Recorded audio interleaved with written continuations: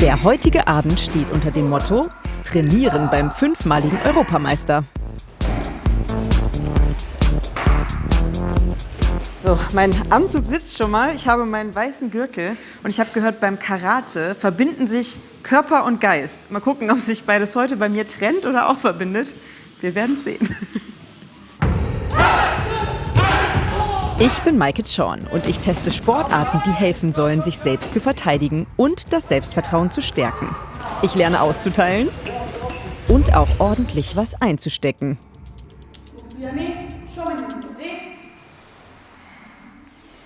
Sensei Giovanni Macchitella hat vor 5 Jahren seine größte Leidenschaft zu seinem Zweitberuf gemacht und zusammen mit seinem Freund, Kollegen und ebenfalls Karate-Europameister das Ken-Zen Ichi-Dojo in Frankfurt eröffnet.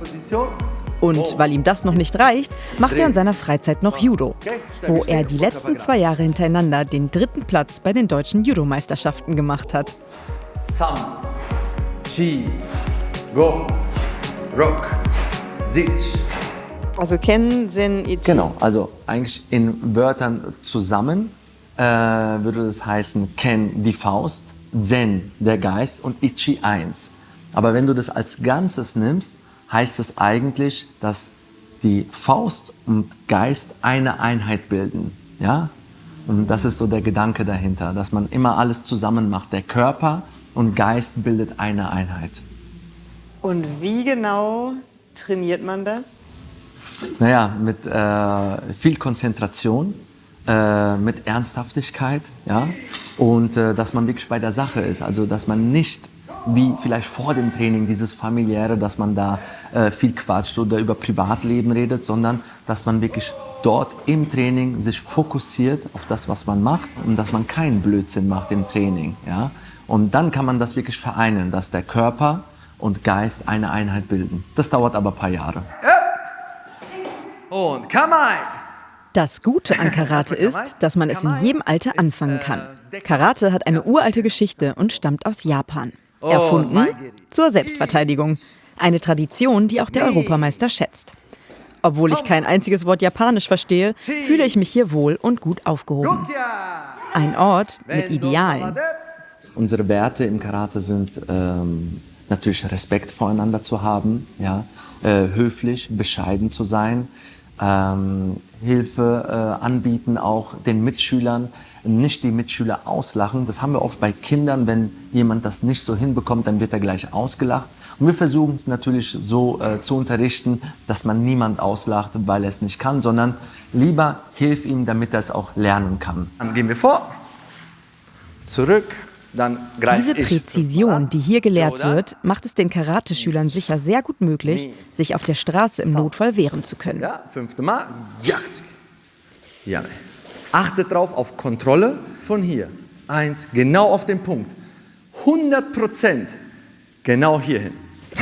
Vor. Vor. Wofür man aber sicher auch sehr viel Übung braucht. Hast du es drauf? Ich wollte jetzt nicht noch mal 10 Mal draufhauen. Genau auf den Punkt, okay? Wir sagen immer zum Karate ist es immer den Anzug treffen. Den Anzug wirklich, bah! Nicht die Wirbelsäule hinten, sondern hier, bah, genau kurz davor.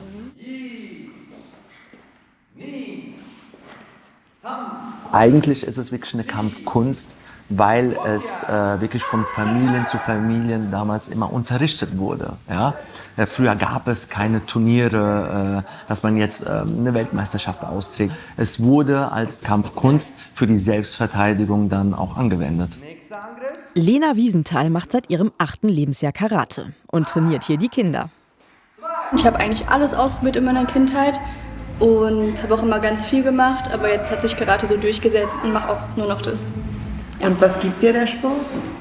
Alles. Also ganz wichtig ist halt die Leute hier. Das ist halt wie eine Familie, das ist in einem Dojo immer so. Aber hier ist es echt krasser, als es vorher irgendwo war. Und einfach das Auspowern. Ich bin jeden Tag hier und ja, also es ist ein sehr besonderer Ort für mich auf jeden Fall. Die 19-Jährige ist ambitioniert beim Karate richtig weit zu kommen. Kein Wunder bei den Vorbildern hier. Durchsetzen kann sie sich jedenfalls auch gegen die Männer, wie ich erfahre. Die Schnelligkeit, die Härte der Schläge und deren Präzision, die Reaktionsschnelligkeit beim Blocken. Ich bin beeindruckt. Aber reicht das auch im Ernstfall? Und kann man sich damit wirklich selbst verteidigen? Musstest du das schon mal? Nein, ich musste mich noch nie verteidigen, weil ich finde, durch die Ausstrahlung, die man so ein bisschen auch hat und auch über die Jahre lernt, vermeidet man so ein bisschen Konflikte. Ja? Das Selbstbewusstsein, das Auftreten, Mut zu haben. Das Selbstbewusstsein, was es einem gibt, das rettet einen ja schon mal ganz schön viel, weil wenn man durch die Straßen läuft und man fühlt sich klein, man fühlt sich schwach, dann wird man ja viel eher doof angemacht, als wenn man rumläuft und man weiß, man kann was so. Also ja, gerade wenn man in Frankfurt ist, dann ist das schon hilfreich auf jeden Fall.